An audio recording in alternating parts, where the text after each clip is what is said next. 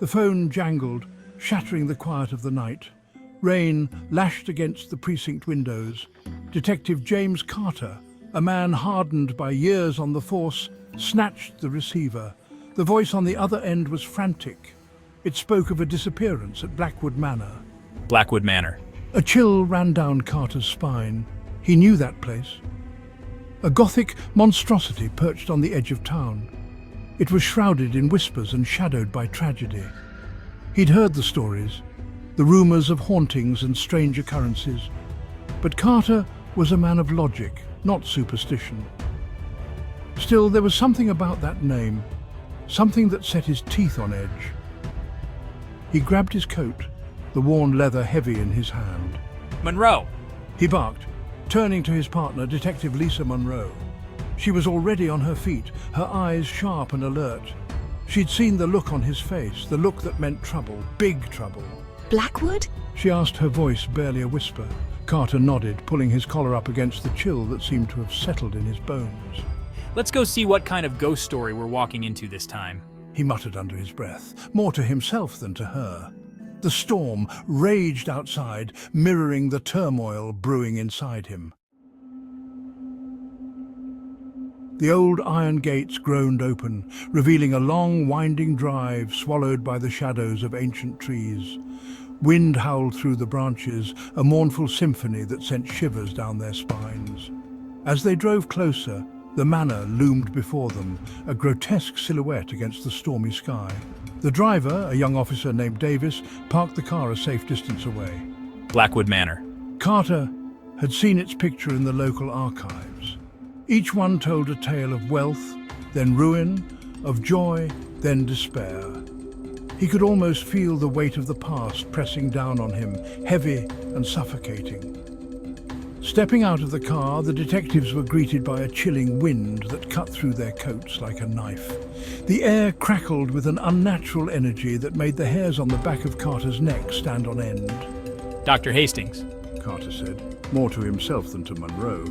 He'd read the file on their way over. Dr. Eleanor Hastings, a renowned historian, had been renting the manor for the past year, researching its dark past. She disappeared? He asked, turning to the young officer. Davis nodded, his face pale in the flickering light of the car's headlights. The housekeeper found her study in disarray, the main gate wide open, no sign of forced entry. He added, his voice barely a whisper. The front door creaked open, as if inviting them into the jaws of some ancient beast. The air inside was thick with the scent of damp wood and decay. It felt heavy, oppressive. Every shadow seemed to writhe and twist. Every creak of the floorboard sent a jolt of adrenaline through their veins. A lone lantern flickered on a dusty table, casting dancing shadows that stretched and contorted like phantoms. Hello? Carter called out, his voice echoing in the eerie silence. There was no reply, only the echo of his own voice and the incessant drumming of rain against the windows. He could feel Monroe's unease next to him, her hand hovering near her holster. They moved deeper into the house, their footsteps muffled by the thick carpets. Every room they passed seemed to whisper tales of forgotten lives and unspeakable secrets. They reached the dining room, a grand, imposing space dominated by a massive mahogany table. The chairs were overturned, as if in the midst of a struggle. And then Carter saw it, etched into the polished surface of the table, the word "run" scratched deep into the wood. It sent a shiver down his spine. This wasn't a prank, this was a warning. This was... Monroe, get Davis. Secure the perimeter. Nobody goes in or out without my say-so. I have a bad feeling about this. He trailed off, his eyes fixed on the chilling message carved into the table. The whispers seemed to grow louder, swirling around them like a malevolent wind.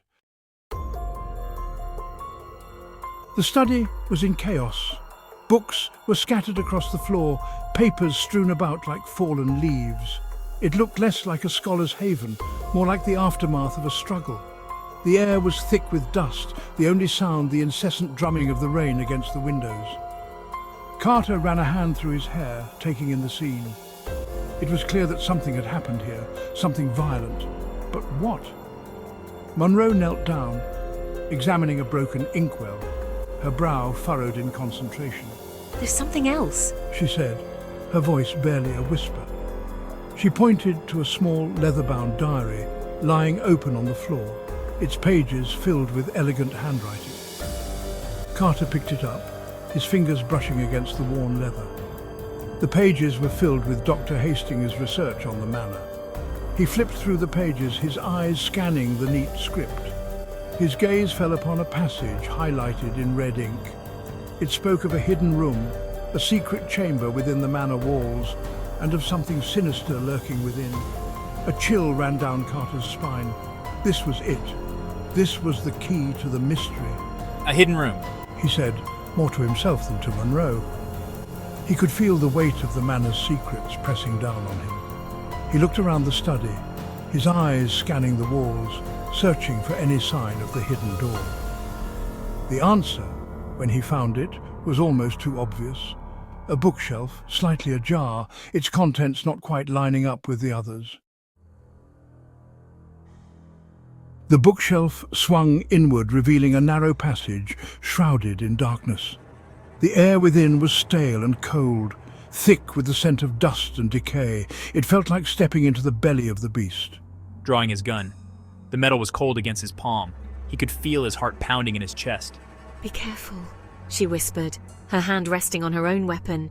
They moved cautiously into the passage, their footsteps echoing on the stone floor. The air grew colder as they descended, the darkness pressing in around them like a suffocating blanket.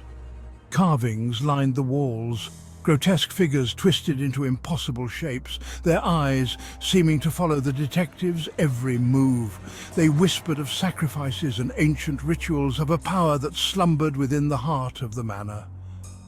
As they ventured deeper, the carvings became more frequent, more detailed, more disturbing. One in particular caught Carter's eye. It depicted a creature of immense power, all teeth and claws and glowing eyes. Beneath it, an inscription warned of awakening the sleeping evil, a guardian of unimaginable power. He felt a shiver run down his spine. "We shouldn't be here," she whispered, her voice tight with apprehension. But Carter pressed on, driven by a force he couldn't quite explain. He had a bad feeling about this, a feeling that they were walking into something ancient and evil. The air grew heavy, charged with a strange energy that made his skin crawl.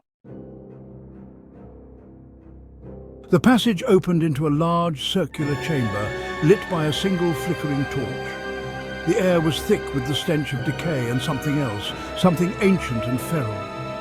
In the center of the chamber, chained to the wall, was Dr. Hastings. She was pale and weak, but her eyes were alert, filled with a terror that sent a chill down Carter's spine. She looked up as they entered, her lips moving, but no sound came out. "Dr. Hastings!" Carter exclaimed, rushing towards her, but a low growl stopped him dead in his tracks. It seemed to emanate from the very walls themselves, vibrating through the floor and into his bones. He turned slowly, his hand tightening around his gun, his eyes scanning the chamber. In the flickering light of the torch, he could just make out a shape emerging from the shadows. It was even more monstrous than the carvings had depicted. A hulking mass of muscle and teeth and claws, its eyes glowing with an unnatural light. The creature let out a deafening roar, its hot, fetid breath washing over them, and lunged. Carter pushed Monroe out of the way, diving to the side as the creature crashed into the spot where they had been standing moments before. "Find the key," Carter shouted, firing a shot at the creature. The bullet seemed to have no effect, bouncing harmlessly off its thick hide. It roared again, enraged, and turned its attention back to Carter.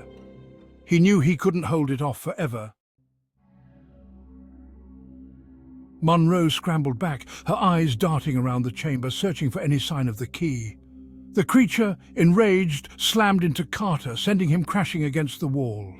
He cried out in pain, the air knocked from his lungs. He could taste blood, metallic and warm in his mouth. He struggled to his feet, his vision blurry, his head spinning. The creature stalked towards him, its claws scraping against the stone floor, its glowing eyes fixed on him with a hunger that chilled him to the bone. He raised his gun, but he knew it was useless. He was out of time. He closed his eyes, bracing for the inevitable. "Carter!" Monroe's voice was a shriek. He opened his eyes to see her standing by the wall, holding a small silver dagger. She tossed it to him, her face pale but determined. The inscription. It mentioned a silver blade forged under a blood moon. The dagger was cold in his hand, heavier than it looked. It pulsed with a faint internal light. He could feel a strange energy emanating from it, raw and powerful. The creature lunged again, its jaws snapping shut inches from his face. Carter rolled out of the way, scrambling to his feet. He had one chance. He lunged forward, thrusting the dagger towards the creature's chest. It struck true, sinking deep into the flesh. The creature let out an ear-splitting shriek, a sound filled with pain and rage and something else, something akin to fear. It thrashed wildly, its body engulfed in a blinding light. Carter shielded his eyes, the air around him crackling with energy. The stench of decay intensified, filling the chamber until it was almost unbearable. The light intensified, becoming blinding.